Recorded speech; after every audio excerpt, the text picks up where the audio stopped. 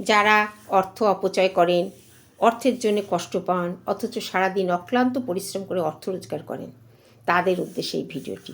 অর্থ কোথায় জমাবেন আর কিভাবে বাড়াবেন। নমস্কার, রিয়ালাইজেশন চ্যানেলে সবাইকে অভিনন্দন। আশা করি সবাই খুব ভালো আছেন। এই ভিডিওটি স্কিপ না করে একটু দেখুন, আশা করি ভালো লাগবে। যারা কষ্ট পাচ্ছেন তারাও খানিকটা বুঝবেন, উপকারে আসবে এবং মোটিভেট করতে পারবেন নিজেকে। ভালো লাগলে সাবস্ক্রাইব, লাইক, শেয়ার করতে ভুলবেন না, হাইপও করে দেবেন। অর্থের জন্য যারা কষ্ট পাচ্ছেন তাদের উদ্দেশ্যে এই ভিডিওটি। অর্থ কোথায় জমাবেন আর কিভাবে বাড়াবেন তার জন্য কিছু টিপস এই ভিডিওটি দিলাম।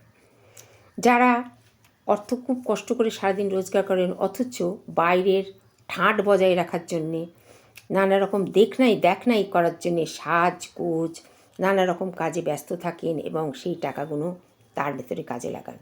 কারণ অল্প আয়ে যারা সংসার চালাতে হয় তাদের কিন্তু অর্থ এইভাবে খরচ করা কখনো উচিত না। কারণ অল্প আয়ে যদি আপনি ঠিক মতন না গুছিয়ে করেন তাহলে সারা জীবন আপনি ইএমআই টানেন আর গরিবির জ্বালাতেও ভোগেন। খরচের হাত যার বেশি সে চিরকাল গরিবি যন্ত্রণাটা ভোগ করে। সঞ্চয় করা বিশেষ প্রয়োজন। যেটুকু আয় তার থেকে অন্তত 10 ভাগ সরিয়ে রাখুন। মনে করুন এই 10 ভাগ আপনি রোজগারই করেননি।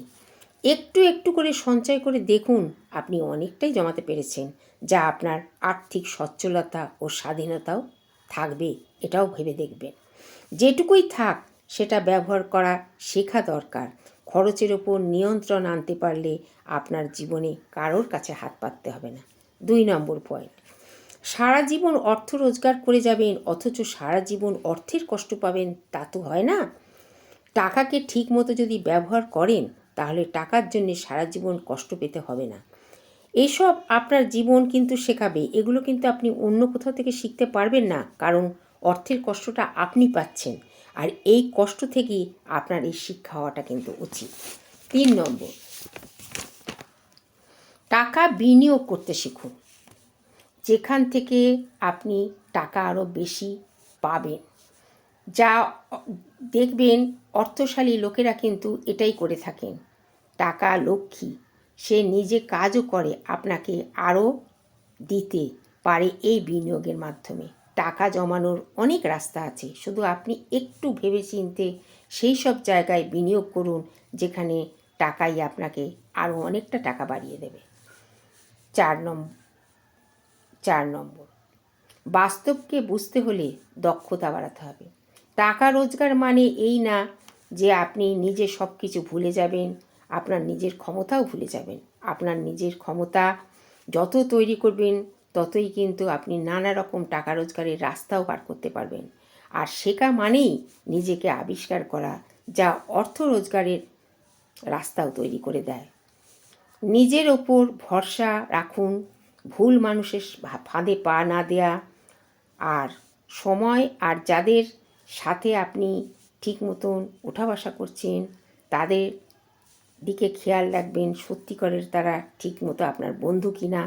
ফলে কারণ আপনাকে নিচে ফেলে দেবার কিন্তু মানুষের অভাব নেই। 5 নম্বর, সাহস রেখে এগিয়ে যাওয়া, এটা একটা মাইন্ডসেট। সুযোগকে ওয়েলকাম করুন, আর কিভাবে করবেন এটা না ভেবে আমি কিভাবে করব এটা না ভেবে আমি পারবো এটাই ভাবুন। খরচের কথা না ভেবে কিভাবে বিনিয়োগ করব সেটা ভাবা আগে দরকার। 7 নম্বর, আপনার দক্ষতা তৈরি।